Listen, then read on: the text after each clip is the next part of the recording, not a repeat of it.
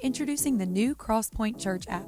Our new app helps you stay connected to CrossPointe, whether it's through watching sermons or reading the built-in Bible. You can take CrossPointe with you wherever you go. Download the free CrossPointe app for iOS and Android devices today. We hope that CrossPointe is making an impact on your life. If you would like to partner with us financially, visit crosspointe.church and choose the giving option that works best for you. We hope you enjoyed today's message. Good morning. I am Josh. If this is your first time, I'm one of our associate pastors. And today, I want to speak to your circumstance. This is going to be the same message. You can go ahead and turn in your Bibles to Acts chapter 3.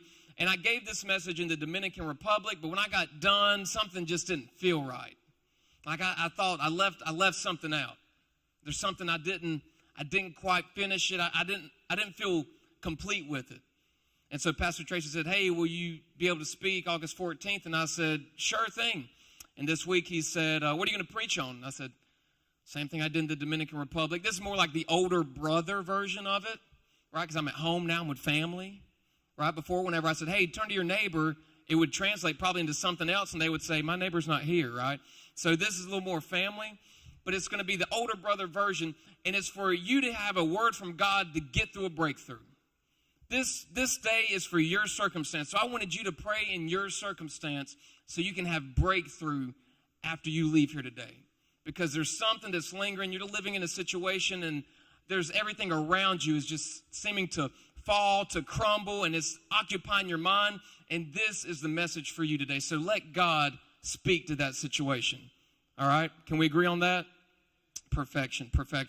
All right, Acts chapter 3. I'm going to skip around with some verses. But I'm going to start with verse 2. Verse 2. If you're ready, don't say anything. Perfect. All right. Verse 2. Now a man who was lame from birth. A man who was lame from birth. How many know that you were born into a circumstance? You were born into a situation. And you didn't get to choose that situation. This guy that we're talking about, he did not get to decide, "Hey, God, can you please let me not be able to walk when I'm born?" He was born with the inability to walk, and he didn't choose that circumstances. Sometimes and oftentimes, you don't get to choose your circumstance. When you were born, you didn't get to choose who your parents were. You didn't get to choose if they would love you, if they wanted you. You didn't even get to decide if you got to have both parents. You didn't get to decide that you were going to end up growing up with your grandparents or your auntie and uncle. You didn't get to decide that, but that's your circumstance. You didn't get to decide the mental capability and capacity that you would once have as you got older. You didn't get to decide that. And instead, you were born with this, feeling. And as you've grown up, you just can feel it all around you. And it's really hurting you and bringing you down. Your friends just say you're sad. Your doctor told you that you're depressed. You think you're crazy. And you didn't get to choose that circumstance. It was handed to you somehow. And so you go from that, and then you think about how you were born into sin. You didn't get to choose what sin would really alter your life. What sin would you battle the most? Because you look at some of the other guys and the people who have money and think, man, they covet everything. They're a glutton for everything they want. They just go and get it. That materialism, they're struggling with that sin. And you think to yourself, I would like to struggle with that sin. I know sin is sin, but man, the one I have isn't nearly as glamorous as that one. And you didn't get to choose. You didn't get to choose that situation. Like our guy here, he didn't choose this situation that he was born into. Yet we're born into it. And it goes on. He asked Peter and John for some money. He's outside of the church begging for money. And skip down to verse 6. Then Peter said, "Silver or gold I do not have, but what I do have I give you. In the name of Jesus Christ of Nazareth, walk." And I preached on that a few months ago about how we can make a difference in someone else's life when we serve and do for others. But today I want to talk about you and your situation. But still, just the same, Jesus can speak to that. He can speak to that circumstance, and it can be changed. Skipping down to verse 11. While the man held on to Peter and John, all the people were astonished. When's the last time you were astonished by God? Think back. When was the last time that you really had a moment with God and you were just completely shocked? Don't you remember that? You were stunned. Divorce looked you in the face and changed to devotion. And you still don't know how it happened. You were let go from that job. How am I going to do my finances, God? I need you in this, God. And now you've gotten a promotion and you're making more money than you ever did at that last job. How is that possible? The funny thing and the weird thing is you're not supposed to be able to change your circumstance. It's not supposed to be able to shift. But that's what happened here. And Peter did it. But will Peter take credit for it is the question. He said, I'm astonished. And everyone came running. Sorry, the people were astonished and came running to them in the place called Solomon's Colonnade. When Peter saw this, he said to them, fellow Israelites, why does this surprise you? Why are you so shocked? Me, I'm walking with God. I see it all the time. Why are you so stunned that this could happen? Last Sunday, me and Marissa, Sean and Caitlin, Pastor Tracy, Miss Sylvia, and Missy, we all went out to eat at Freddy's, which is really good. Freddy's, good burgers. And I'm sitting at the end of the table, and this guy walks by our table, and he's got this crazy look in his eye, a little wild look. And he looked at Marissa, and I thought, oh, she must know him from college. And then he looked at me, to which Marissa thought, oh, Josh must know him from college. And then the guy looked at me, and I thought he said, do you have a problem with me? And I thought, we just left church. Pastor Tracy is right in front of me. The devil is a lot, right? I've got to pass this test. But I misunderstood. And he said, do you have a problem with your knee? I thought, yeah, but how do you know? Like, did I limp to get ketchup earlier? Was I struggling? Was I like hanging on by the counter? This guy said that he heard a word from God that he needed to pray for someone who had an injured leg. And he found me. And I thought, this is weird, right? How did he know? So, of course, he said, I'd like to pray for you if I don't know what your spiritual beliefs are. And I just thought, if you only knew, dude, right? In 7 days, I'm going to be telling this story for sure. And so he prayed for my knee. And I appreciated it, and he left. And I look over at Sean, and Sean's smiling. And I said, dude, that was so weird. How did he know? He said, well, he started with me. Sean was getting a drink, and the guy comes up to him and says, hey, is there a problem with your knee? And Sean goes, why? Right? Didn't know if he was about to Judy chop him and then say, there is now, right? Gotcha, and then take off running. But he said, well, no, why? And he said, well, I wanted to pray for you. I just had this calling to pray for someone's leg right now. And he said, oh, I'm fine. I don't have a problem. He said, but that guy down there at the end of the table, you should go pray for him. He's got knee problems. So don't be surprised by God. I mean, you can have an ocean in front of you, and all of a sudden that thing is split wide open. Don't be surprised. Don't be shocked. Don't be astonished. We should expect God to step in your life. I know that I wouldn't be here, and I'm not saying it because I've heard about stories. I'm saying it because I am a story. I've been at the Red Sea, and then all of a sudden I pray a prayer, boom, it flies wide open. Don't be shocked. Don't be astonished. If you're going to be shocked and astonished, be shocked by what you hear on TV. Watching cable TV and a couple words don't get beeped out anymore. We're not shocked.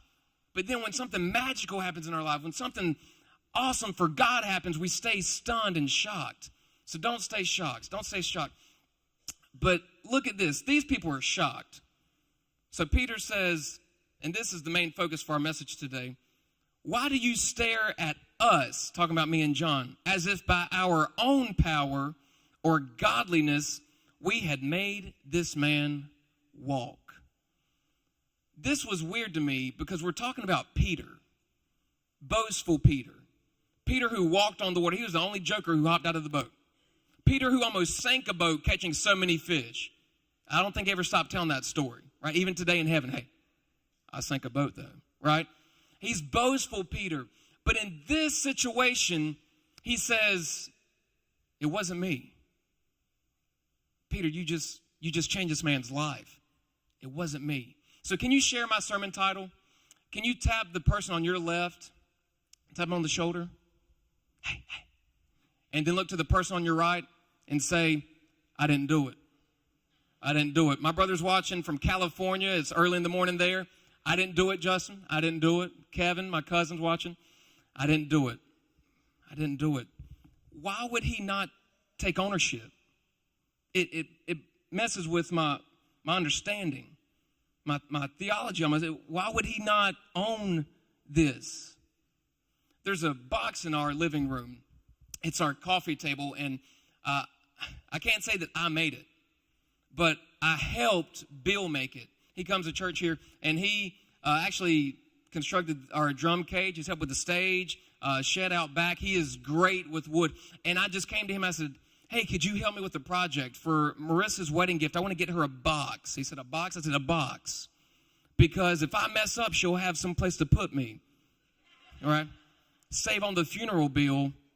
I'm done. No, that's not it. But I wanted to put another gift in the box. And so I needed it to be a certain length.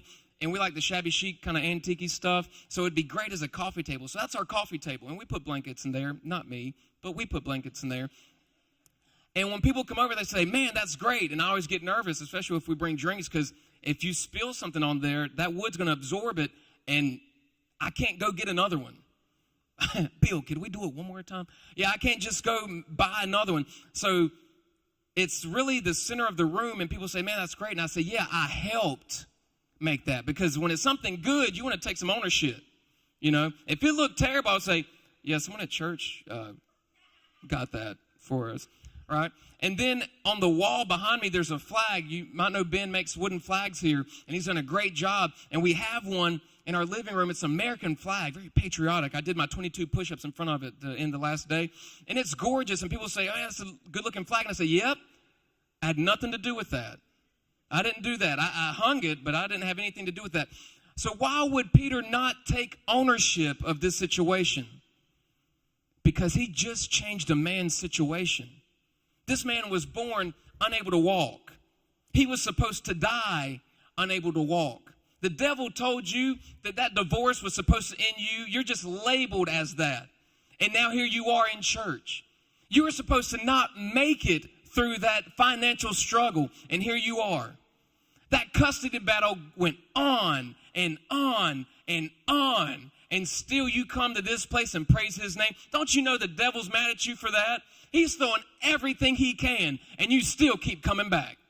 And he throws some more at you, and you still keep coming back, praising God. You're not supposed to be able to change your circumstance.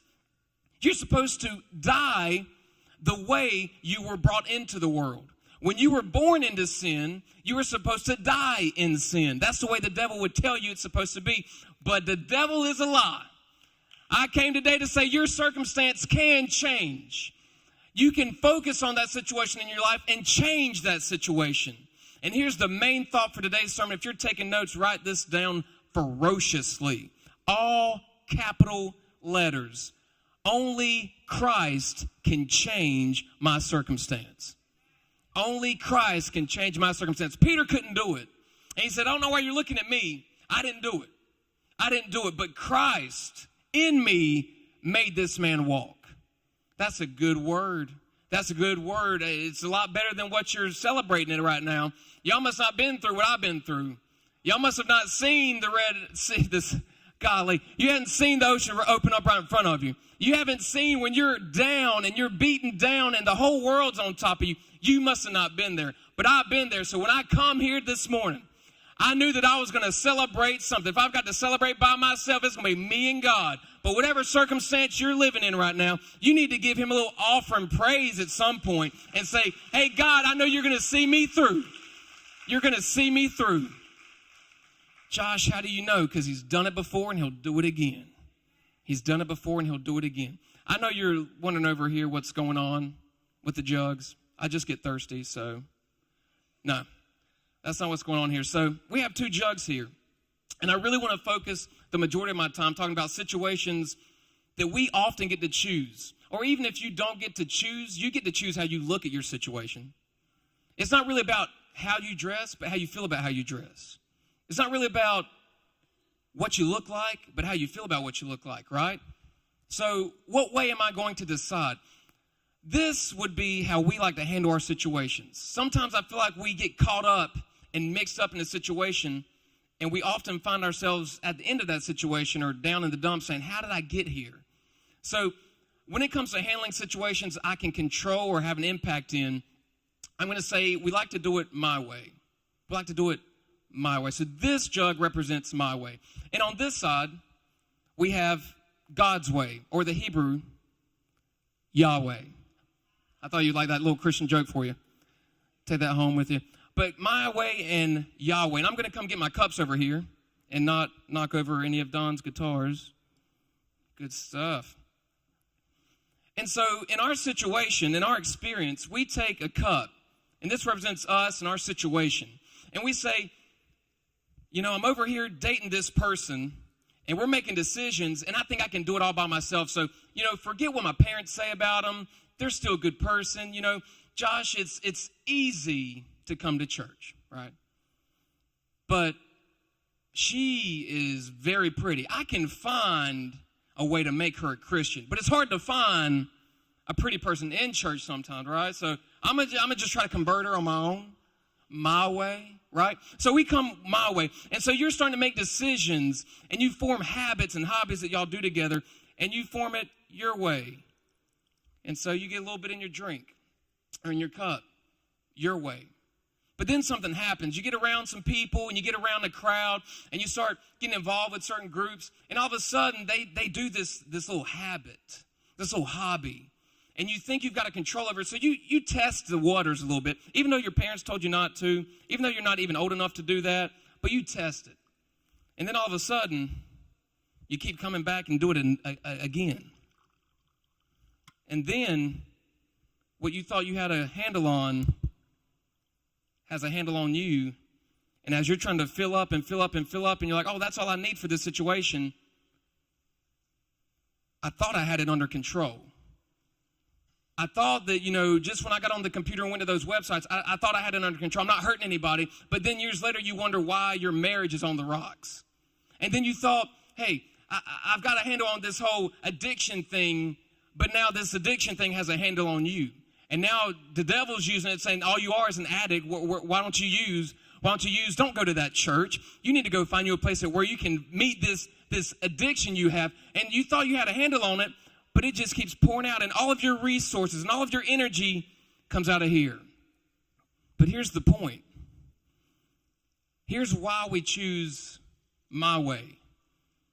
Because when I come my way, I have a quick resource. I need to handle this situation. I need to fill up my cup and make sure I put the fire out of this situation. So I get it right then, quick response, and I'm good to go. So I like that. I like the quick response I have. Not only that, but I have the amount I need. Yep, not there yet. Not there yet. There we go. That's all I need right there. So we think I've got the time issue handled. I've got the when I can use it issue handled. Whenever I need a quick fix, I just come right here and do it my way. And it's a game changer. And then after a while of filling up and pouring out, and filling up and pouring out, you are left empty, unfulfilled. You get done doing that thing that your parents told you not to do, and all of a sudden, you just don't feel the same anymore. And guilt's riding you. And you just start questioning everything, but you want to come back here and fill back up to try to fix that same hole in your life. Why, God? Why? That's the funny thing. You're living in your way and questioning God about his way, but you haven't tried his way. So you keep running out of resource, but then eventually something happens and you come to a church where there's a guy in some skinny pants and Jordans preaching on stage, and you're wondering if he bends over, it may not end well. And he told you about this bucket of ice. So this here represents God's way. And each cube of ice represents what Pastor Tracy told us about making deposits. 2 weeks ago, he talked about making deposits and how you can take this ice and you can pray. And that's a deposit into God's way. And you can take your Bible and read about that situation that's controlling your life and pour it into God's way. So each of these represents time with God, time that you come to God and you bring that situation to God. Over here, you are angry. Over here, you're trying to say, God, why am I so angry? And you sit here and you meditate with God. So each of these is a deposit that you make into God to resolve that situation. And you never want to come this way. The ice, funny thing about ice, is my dad and his cell phone years ago, he had a contact named Ice. And I thought either it's Paul Wall, young people get it, or he has an ice guy on call. Like we fish, but we don't fish that much. Why would you have an ice guy in your phone, right? I know that's not his name, but that was his contact for in case of emergencies. In case of emergencies, meaning when my way doesn't work, all of a sudden we're over here on our knees praying, oh God, oh God, oh God, please help me, help me, help me, help me. And this is our last resort. Why would this be our last resort? You know that you've been sitting there doing it your way and you figured it out? You said, I know what you're talking about, preacher man, but I'm good. I'm a street pharmacist, right? And I haven't been caught yet. And I just leave the house whenever. I come back whenever. I sneak out. I know my parents' schedule, so I'm able to work around it, right? And you have it all figured out. And you think you've beaten the system. But what you don't know is while you're doing it your way, your parents are in the room right next door making deposits on your behalf. They're on their knees. You thought they got off your back? No, they took to their knees and called on weapons of mass destruction so that they can make sure that you get home that night. And when they hear that window open and they hear that door shut and they hear the boards creaking and then you make it to your room, they say, thank you, God. You think that they've given up. Now, they're just making deposits on your behalf. You're living in someone else's blessing. Your struggle, everything that you're living on someone else's blessing whenever you think you're getting away with it. Somebody's praying for you. Grandma's praying for you. Dad's praying for you. Mom's fasting and praying for you. She's on it. And you think you're getting away with it. But I asked you, why wouldn't you want to choose this way? But we don't. And instead, we're left over here doing it my way. And when you get empty and you don't know what to do, you ask, how did I get here? But thank goodness for verse 14. Verse 14 will tell you how you got here. Verse 14 tells it all. This is where Peter is talking to the crowd, saying, here's how you ended up in this situation. I didn't change this man's situation. God did. But here's what you did to Jesus, who has changed this man's situation. Verse 14, the first thing it says is he disowned, or they disowned the Holy One. You disowned the Holy One. You're in this situation. You're empty because you disowned God's way. You didn't want to do it God's way. So you did it your way, and that's how you ended up here. And the next part of that verse is he says, and you asked that a murderer be released to you. Pilate says, I'll let one of these guys go. I can let Jesus go, or I can let this murderer go. Who do you want? They said, hey, kill Jesus, release the murderer. Translation to current times, you asked that chaos be released in your life because you kept running back to that addiction and running back and running back.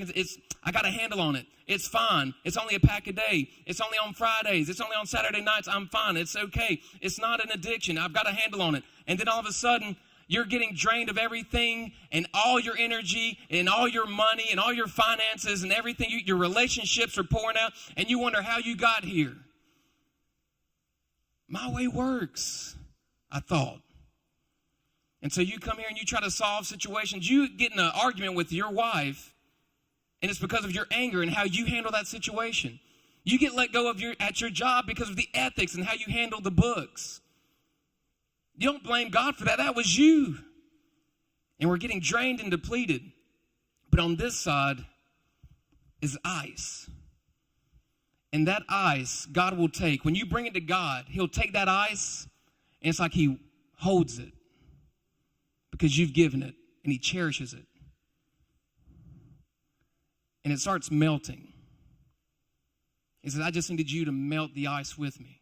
When you pray, when you call on God for that situation, you're just melting the ice. And so all of a sudden, it becomes that liquid that I need for my situation. But here's the problem, and here's why we don't like to go God's way first. When I get here, I've prayed about it, so many times. I prayed for 6 months, 1 year, 2 years, and I get here and it's all frozen. It's still frozen. God, I'm praying to relieve my mom of cancer. Why won't you give me this? God, I've given this to you. God, I'm praying. And you pray for 6 months. You pray for 1 year, 2 years. And then before you know it, you're giving her eulogy. And that's why you don't go here first, because he didn't listen to you. He didn't give it to you. You prayed and you did everything, and still ice. And now you think he's the cold-hearted one. Now you've turned your back on him because he didn't come through for you. But the truth be told, your mom doesn't have cancer anymore. And before she passed, she prayed that prayer of acceptance and said, Jesus, I love you. I can see what you've done for me. And she was saved. And if she was looking down on you, she'd be saying, honey, I'm praying for you. And you're living a life mad at God, but she's making deposits for you. And you're living in her blessing. Because every morning she wakes up, she gets to see the King of Kings and the Lord of Lords. And she's looking back and saying, don't be mad at him. He gave me everything you asked for. And in your situation, he'll give you everything you asked for. Not because you've read about it, but because he's done it. And so we get here and we just wonder, God, why? So we have a debate. And our issue is, when? When will you melt the ice? The answer is, we have to struggle with time, because it wouldn't be that big of a miracle. Think about it. What if when Jesus approached Lazarus, right when he got sick and said, healed, it would not have even made Jesus' top 10 list of miracles he's performed. But when he's been dead, and you say, get up and come out, now everyone's, whoa, that's big. What if when that woman with the issue of blood, she had that for 12 years. 12 years is a long time. What have you prayed for 12 years? At some point, would you have given up? But instead, she's back there, and there's a crowd walking, and she's just dragging herself to Jesus, not even allowed to touch anyone, being hidden, and reaches out and says, if I could just touch him. I want to preach a sermon one day called, What Do You Touch When You Worship? Does it just look like you're touching heaven? Or are you making Jesus smile when you worship? But that's not today. So she's dragging herself there, and she touches his robe. 12 years. 12 years. God wants to know, would you pray for 12 years? Would you approach me? Is it a time thing with you? Like, do I only have your faith if you get what you want when you want it? Because if that's the thing, that's not why I died for you. That's not what I signed up for. That's not what I hope this is about. I hope it's not that you just come to me and ask for something, I give it to you. And when you think about it, how many parents in here have been at the checkout lane and said, no, you're not getting any Bubblicious? Do your children fuss with you? Yes. So why would you fuss with God when you have that perspective? So when you look at this situation and you wonder, when, God, when? When you need it. I'll give it to you when you need it, because now your situation becomes your testimony to help them. Now I've been able to bring multiple people to know me. And I know it seems like a lot. And I know you're frustrated with this whole timing issue. But when, not when you want it, when you need it. So finally you pray and you pray and you pray. And now it's a big miracle, because now you're talking about this for years. Even Abraham went 20 years without hearing anything from God. He lived his whole life on one moment with God. And now that you've waited and waited and waited, you can do that. So you get here and you start pouring, because now it's liquid. And you're excited about, finally he came. And then all of a sudden it starts getting a little weak on the flow there, and you're getting scared. And you know, God, this is a 5-cup question, right? This is a 5-gallon bucket situation. I'm trying to put this whole fire out. So now it becomes not a when issue, but it's an amount issue. God, I need more. You got me through, but I need you to get me to, right? And you want to say in that moment that your circumstance is going to define your destination. And God's saying, no, I need you right here. Because there's some people around you that you're going to need to talk to, and they need to see a change here. So it's a matter of the amount. Imagine if whenever all the Israelites got to the Red Sea, and they're running, and here comes the Pharaoh and his 600 chariots, and they're crossing there, and Moses, right, just like you saw in the movies, and he's standing there, and all the Israelites get together and say, this is great, this is great. Yeah, God, I'm going to need about 5 more feet on this side, and I'm going to need 5 more feet on this side. That way we can walk in one line. It's going to look better that way, trust me. I know they're coming, we'll wait. Right? An amount issue? Are you really going to argue an amount issue? He's not going to give you what you want, but the amount you want. The amount you want. So when it comes to all of these things, and here's the last tie-in, think about this. The amount's handled, the timing's handled, but then we often want to get here where we keep waiting. Okay, come on. Push. Go. Amen. Hallelujah. Right? You're looking at all these phrases. But sometimes I've got to take my will and align it with his will. You're not hearing me right yet. And it's cool. It's cool. Sometimes I have to come up to God and not bend his will, but maybe tip it over a little. And when I tip it, I readjust some of the ice and I have a flow again. And I've reconnected with my flow. And so that's the moment we live in. What I'm trying to say is that you can't just pray and not walk in faith. One more time, let me try from over here. You can't just say, if I could just pray about it. I'm the woman with the issue of blood. And I prayed for 12 years. 12 years. If it's the Lord's will. If it's the Lord's will. T.D. Jakes right there. If it's the Lord's will. She would have died saying, if it's the Lord's will. But when you get in that situation where the world's turned against you and you're battling your devil and that thing is on your back and your child's running further and further away from God and your marriage is not only on the rocks, it's below the rocks, but she pressed and she drug herself and said, God, I know if I can get to you, I can change my situation. That's what we get here. We want to just sit back and watch, but God said, do in faith. Do in faith. Don't just watch the ice, but work with me and let me melt that. I can melt the ice with you. And that's why when we get here, we have different types of water we're talking about. I'm going to move this back without breaking it. I've lost God. Hashtag backslid in the middle of a sermon. But I want to show you something. And lost my way. Prodigal son. So look at this. These 2 cups. If you can zoom in on them, I don't know if you can. This one might be too. I'm going to hang that there.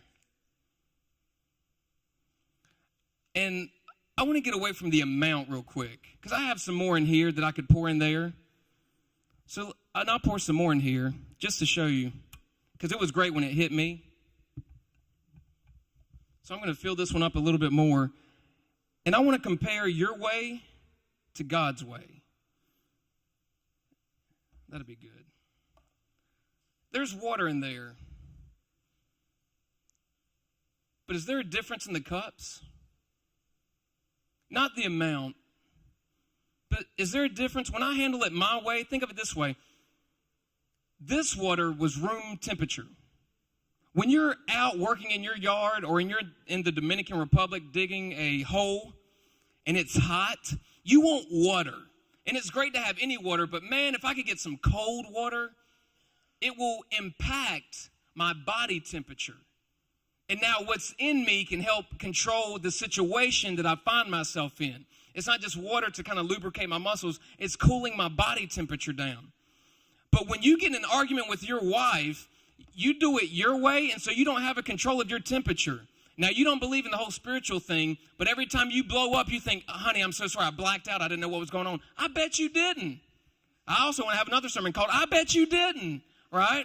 You just blew up and blacked out. Think of all the crimes that are committed when someone says, I don't know what happened. I bet you don't. But you don't want to believe in the spiritual thing. But check this out. Your method, your anger overwhelmed and built up and finally had its way.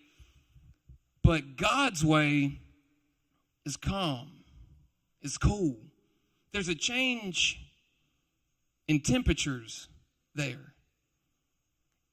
And it didn't quite get me until I heard a preacher preach these verses from John chapter 4. And then I think you'll get it. Because I don't think we're there yet. But look at John chapter 4, verse 13 and 14. And I'll wait a second. Mississippi. There we go. Jesus said, everyone who drinks this water will be thirsty again. And you will, because there's a lid on your way. You will run out. And you're going to be depleted. And that same empty feeling you get every time you do that is going to have its way. And you'll be thirsty again. But whoever drinks the water I give them will never thirst. There is no top on God's way. There is no end to God's way. I can continue to pour more ice in and pour more ice in. Last Sunday, I had a guy coming to pour ice on my behalf. And he found Sean, and Sean helped him make a deposit on my behalf. There's no end to God. Now, I've got 3 people praying for my knee now. But my way, without God, I've got nobody. But when I come to God's way and I keep pouring, and honey child, please find Jesus, and husband, please come back home, and please don't get angry. There's a difference in these 2 ways. Your way, you're angry. And every time you get into an argument, and what I don't want you to do is come and say, that was a great illustration Josh did. That was good. That was with the eyes and the thing. That was great. So I heard that illustration, and you know what? I prayed for our finances, honey. What did you pray for? Our finances too, yeah. I prayed for our finances. So I'm going to go play the lottery today and try to fix our finances. No. You need to go cut some yards to fix the finances. Don't give the money away, honey. Oh, okay. Or you came here and yours is your temper, right? Between these 2, you blow up. Don't go here and say, that was a great illustration. That was a great sermon. You know what? I really need to put this in God's hands more often. Mine was anger. I prayed for anger. And then she says, I prayed for your anger too. What? You didn't pray for your, and next thing you know, you're raising your voices. And then you dare your way, raise your hand to your wife. If you ever raise your hand to your wife, fellas, it better be to ask her a question.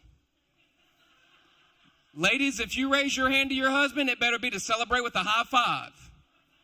Right? But when we come to church and we make these deposits and then try to solve the issue our way, you're still coming back to an empty container. You can't hop back and forth. Now, you can take your will and align it with God's will and have a free flow, but make those deposits. Now, here's the thing that I wanted you to see. Everyone who drinks from this water will be thirsty again, but whoever drinks the water I give them, not thirsty anymore, right? No thirst. Indeed, the water I give them will become in them a spring. What's a spring? A spring. I'm not really caught up on water types, but I think a spring is flowing. I think a spring will flow. And it even says water welling up. Water welling up. Now, if you look at these cups, one cup has changed in the time that I have been preaching. One cup is still the same. My way, I'm still the same now that I was at the beginning of the church service. But when I let God in me, oh, y'all ain't hear me. When I let God in me, my outer appearance has changed. I'm welling up. and I'm ready to spring forward and do something for God because I've got God in me. Y'all must have not been in the same situations I've been in. When I've got God in me, nothing can stand against me. And now everything I touch, everything I put contact with, if I touch this, if I touch that, it becomes wet. If I set it down on the table, there's a ring. And I know the husbands know because your wife said, get that off the table, right? There's a ring under this cup. It has changed the circumstance of everything it's come in contact with. When I do it God's way. And the praise team can come back up. I'm closing. The source is the question, not the time, not God's time, not your time. There's an obvious difference there. The amount is not the question. It's where are you drawing from? Which cup are you drinking from? The one that's going to run out? Do you really want to get to the bottom of disowning God and get into the bottom of that situation where you have chaos and havoc in your life? Or do you just want to go ahead and choose God's source first? Which cup would you choose? Am I talking about cups? Is this a cup or is this you? You came today in the bottom of your situation. You have no way out. You feel empty. And don't come over here and get filled back up and then try to put it in your container. It doesn't work that way. You just compound your problems. But when you give it to God and let Him work the miracle in your life, you have changed from the inside out. Here's some theology, and you'll get this even more so. In the New Testament, water, when it's mentioned in the Bible, means the Spirit of God. So when you get the Spirit of God in your situation changes. No. Am I talking about you or Jesus? Our faith is hinged upon the fact that a man went to the cross and died for you and me. And 3 days later, he woke back up. That's the situation we find ourselves in. He did that because of the circumstances that we were born into. We could be born into sin and die in sin. But he said, no. I'll do it. I didn't do that for you. Your spouse didn't do that for you. Jesus did that for you. And that is a big event when he died and was resurrected. And thank God for his power. He defeated the grave for you. And you're standing in the middle of a custody battle talking about, God, I need you. And he said, I'm with you. Because at the end of this thing, when you have victory and your little girl says, Daddy, do you love me? You get to say, I would fight for you. I would do everything for you. And I know that your circumstance can change because my God, when you look at him tonight, today in this service, and you say, God, do you love me? He said, I died for you and got back up. I want you to get back up with me. I was resurrected for you. I need you to become resurrected for me. Am I talking about you or Jesus? Because the cross is a big deal. Resurrection's a big deal. That's been pulled off one time to predict your death and resurrection and pull it off. But the bigger event came the night before he was arrested. When Jesus was in the garden praying, and he said, God, there's a situation I'm faced with right now. It's going to hurt when they drive those nails in my hand. It's going to be painful. Please deliver me from this. But not my will. Your will. Let this cup pass from me, but if I have to, I'll drink it to the bottom. So when you ask God, do you even love me? I would die for you. That's how much this means to him. And when you consume this, you're different on the outside. And people, like in verse 11, come running, astonished, because they know where you've been. They'll say, I knew you back when you were doing all that stuff in the street. And you can look at them and say, you don't know me now, because I've drank from a different cup. I let one cup pass from me, and now I want this, and I want more of this. There is no alcohol that is better than what I've got in this cup. There is nothing you can snort, smoke, watch, do that's better than Christ on my side.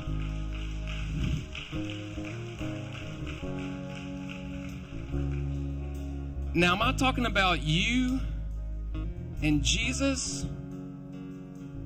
Or am I talking about your children? Because whatever cup you drink from, who's with me? Whatever cup you drink from, that's the cup that your children and their children and their children will drink from. If you choose your way and you're going home or coming to church and saying, you know, it was a great service, but then you're doing things your way, your kids know what cup you're drinking from. So am I talking about you and what cup you'll choose, or the cup that your children will choose? The generation after you. What example are you leading? Is God the ruler of your life? What's in your cup? What's in your cup? And as the lights come back down, I want you to pray about that situation, and I want you to fill up your cup this morning. But you have to make that decision on which cup it will be.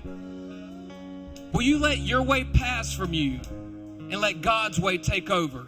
God, I don't care about the time. God, I don't care about the amount you give me. I just need a connection with you.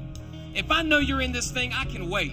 I can wait 12 years. I can wait 4 days after my death and know that you will resurrect me. Which way will you choose?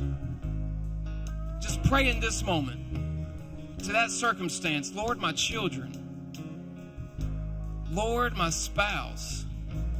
Jesus, if you could touch my job, the people at my job, this addiction I'm battling, I'm thinking about it right now. And the devil wants to come and tell me that that's what I need to function. But now I know I need your spirit in me, because it will change me from the inside